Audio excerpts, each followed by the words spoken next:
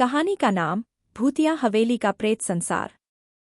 भारत के एक छोटे से गांव शांतिनगर में एक पुरानी हवेली खड़ी थी जिसे लोग भूतिया हवेली के नाम से जानते थे।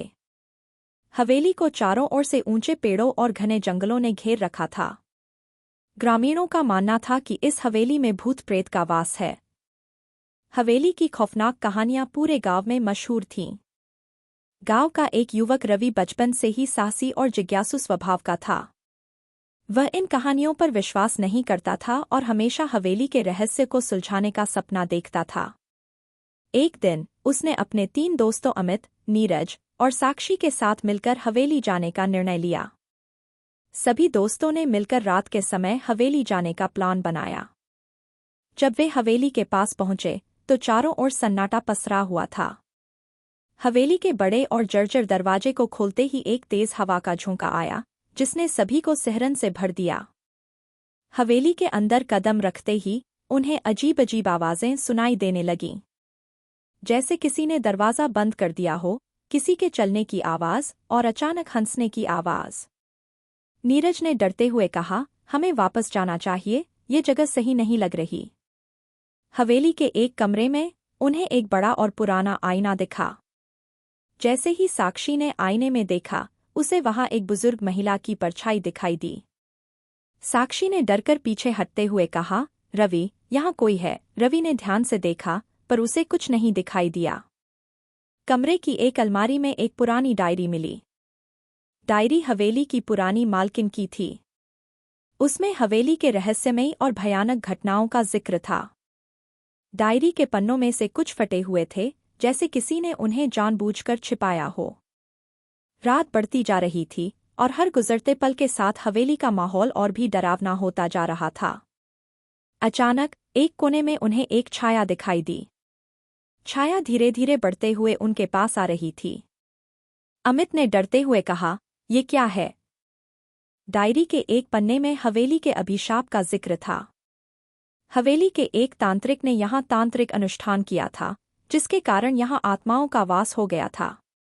रवि ने डायरी को और ध्यान से पढ़ना शुरू किया ताकि वह अभिशाप का उपाय ढूंढ सके। जैसे ही रवि ने डायरी पढ़नी शुरू की, हवेली में और भी अजीबोगरीब घटनाएं होने लगीं। दरवाजे अपने आप खुल और बंद होने लगे, दीवारों पर खून के धब्बे उभरने लगे।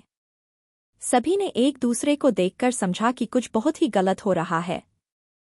डायरी में हवेली के तहखाने का जिक्र था, जहां तांत्रिक ने अपना सारा तांत्रिक सामान छुपा रखा था। रवि ने दोस्तों के साथ मिलकर तहखाने की तलाश शुरू की। हवेली के नीचे एक गुप्त दरवाज़ा मिला, जिसे खोलते ही उन्हें एक सीढ़ी दिखी।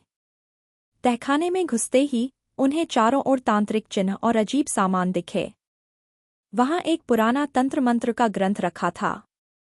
रवि ने ग्रंथ को उठाया और पढ़ना शुरू किया। जैसे जैसे वह पढ़ता गया, हवेली का माहौल और भी डरावना होता गया।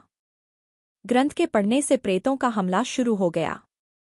हवेली के हर कोने से अजीब और भयानक छायाएं निकलने लगीं। साक्षी ने डरते हुए कहा, रवि, जल्दी करो, हमें यहाँ से बाहर निकलना होगा। रवि ने ग्रंथ को पढ़ना जारी रखा। हवेली में एक बहुत ही भयानक और खतरनाक छाया दिखाई दी। यह तांत्रिक की आत्मा थी, जिसने हवेली को अभिशप्त किया था। तांत्रिक की आत्मा ने कहा, तुम्हें यहाँ नहीं आना चाहिए था। अब तुम सबको मरना होगा। रवि ने ग्रंथ के अंतिम पन्ने पर दिए गए अनुष्ठान को करना शुरू किया।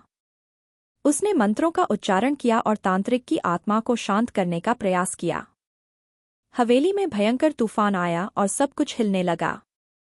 रवि के अनुष्ठान के बाद हवेली की आत्माएं धीरे धीरे शांत हो गईं। तांत्रिक की आत्मा ने कहा, तुमने मुझे मुक्त कर दिया। अब यह हवेली सुरक्षित है। हवेली में फैला हुआ डर का माहौल अचानक बदल गया। रवि और उसके दोस्तों ने हवेली से बाहर निकलकर गांव वालों को सारी कहानी सुनाई। गांव के लोग अब हवेली को एक पवित्र स्थान मानते हैं, जहां आत्माओं को शांति मिली थी। यह कहानी हमें यह सिखाती है कि साहस, धैर्य और मित्रता के बल पर हम किसी भी भय को पराजित कर सकते हैं।